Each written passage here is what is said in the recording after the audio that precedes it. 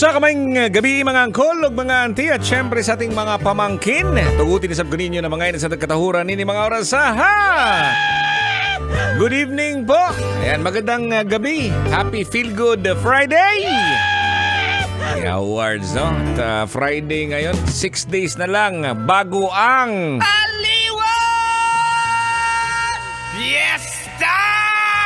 Tama-tama po yan mga kabisyo. Ayan, something to look forward. Next Thursday, Friday, Saturday po yan mga kabisyo, no? Ang ating Aliwan na fiesta. Of course, marami na po tayong mga nakahanay. Kumbaga nakaschedule na mga activities ang ating first day, Pasacalya Concert. Second day po natin ang ating, or second night, ang Reyna ng Aliwan. At third day natin ang ating street dance competition. Kaya expected na po natin yan mga kabisyo na pupunta po kayo dito, no? Of course, during the day yan, nandyan ang ating Shoppers Bazaar na gaya nating sinasabi natin na lagi natin sinasabi na eto na yon. May mga pagkain na inaabagan ang Uncle Totoy.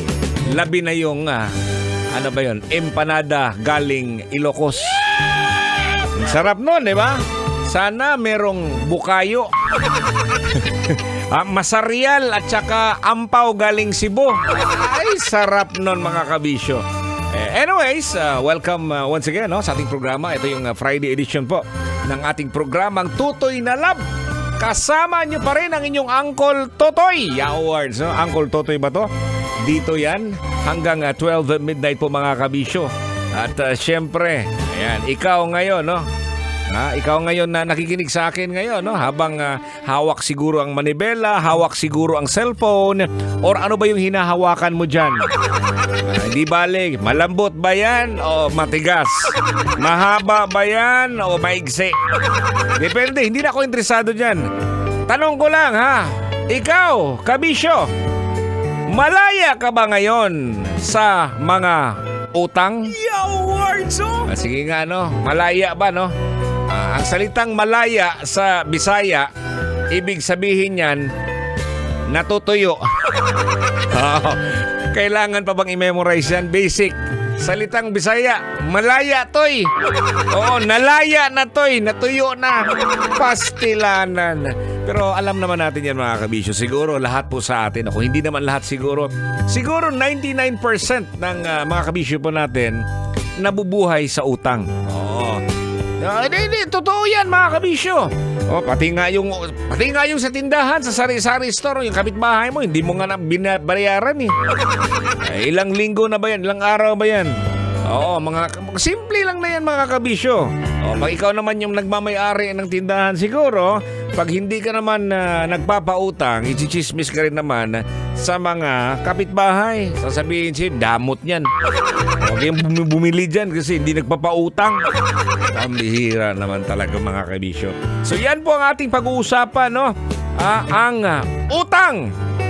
Alam mo mga kabisyo, mahalaga rin na pala ang utang. Ganon! Oo, pag-uusapan po natin yan, no? Para sa ating programa dito maya-maya, no? Mga rason kung bakit nangungutang ang mga tao. Yan po nakalagay po sa ating fan page. Kapag hawak mo yung cellphone mo ngayon, ayan, scroll mo yan sa Facebook, no? Hanapin mo Totoy Bato Official. Andyan nakalagay yung ating pinost. Mga rason kung bakit nangungutang. Yan. Mag-comment ka lang doon ha. At pagbalik po natin, pag-uusapan po natin yung mga comment po ninyo. Ayan, para sa gabing ito. Saan ka man ngayon? Medyo matraffic. Alam ko yan mga kabisyo. Sige lang, di bali. Matraffic man yan. Wala. Ay, basta kay nakatutoy. Kasama mo pa rin ang Uncle Totoy. Uncle Totoy ba to? Dito sa programang Tutoy na Love sa 90.7 Love Radio. Maayong gabi, kabisyo. Kailangan pa bang i-memorize yan? Love Radio Basic!